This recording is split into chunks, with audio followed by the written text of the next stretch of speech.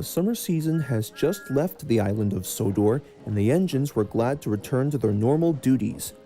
However, there were many more passengers than usual, and many controllers were scrambling for new and exciting vehicles to keep their networks afloat.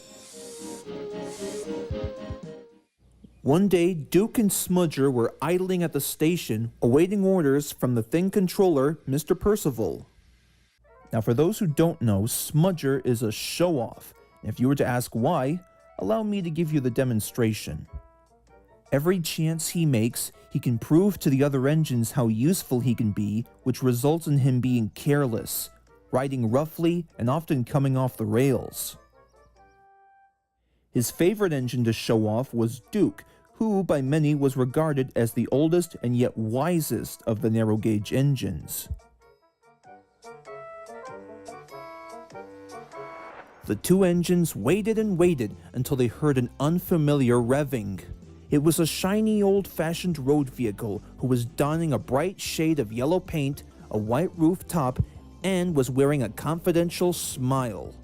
Out of all road vehicles such as Terrence, Birdie, Bulgy, Butch, and so forth, the two engines had never seen such an oddball of a road vehicle like this one before.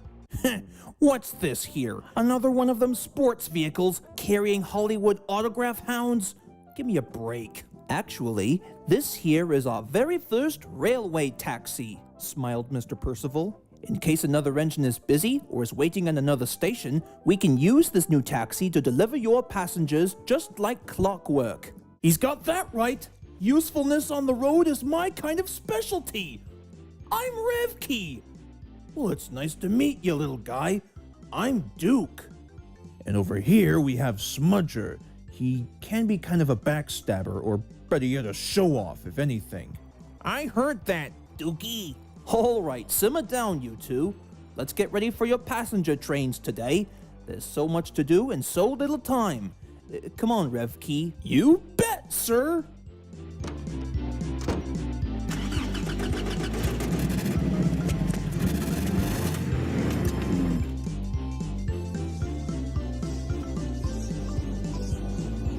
Why, what a nice taxi.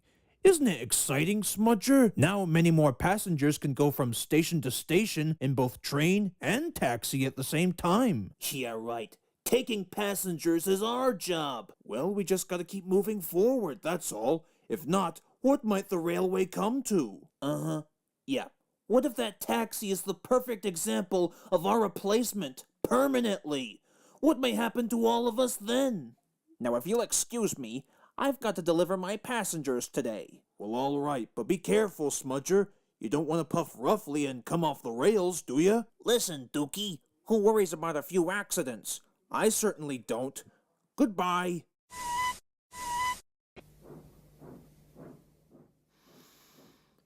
He never listens to me. So Smudger went to fetch his coaches. They didn't like the sight of him at all. Not so hard, me lad. Smudger, what do you think you're doing? Be careful with those coaches, me lad. The workmen had those repainted last week. Yeah? Well, they'll be repainting them when I'm proven to be really useful. Oy vey, some engines today. Later that day, he pulled up to the station where James was waiting for him. Why, hello there. What's your name? James. Your name? Smudger. Say, do you like pulling passengers? Precisely. I'd be sure to give Gordon a run for his money anyhow. At least it's much better than pulling dirty trucks from dirty sidings. Yeah, well, you better enjoy it while you still can, buddy. Unless you want to be replaced by an old-fashioned taxi. James was speechless.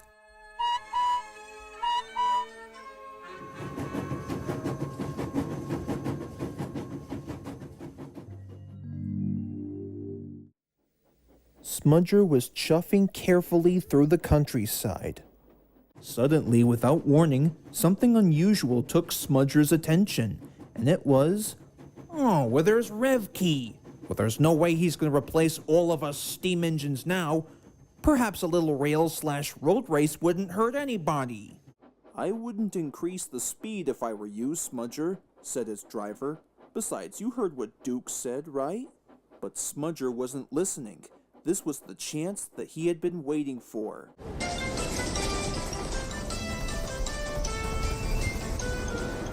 Oh, hi there, Smudger. How are you today? But Smudger just laughed. Then there was trouble.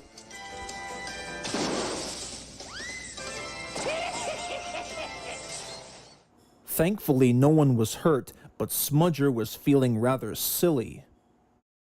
Later that day, Revkey heard that Smudger was in trouble, so he kindly delivered his own passengers to help him back on the rails again, whilst another engine took his train to make up for lost time.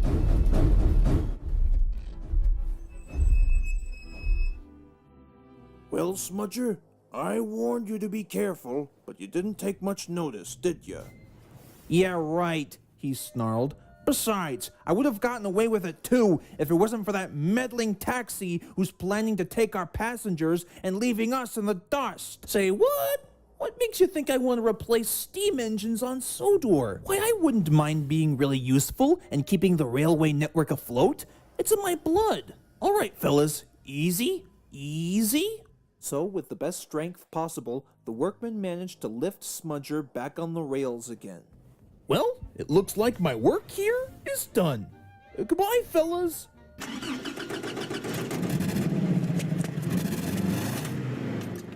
Instead of saying thank you, Smudger could only make an angry sneer at Revkey. By the time he had crawled back to the sheds, the thin controller, Mr. Percival, wasn't very happy. You are a very naughty engine, Smudger, he said. One of these days, we're going to have to send you over to the Sodor Steamworks to have your engine looked at, so this way you won't come off the rails too easily. I suppose that'll teach you to learn some rock and roll tricks from Duncan.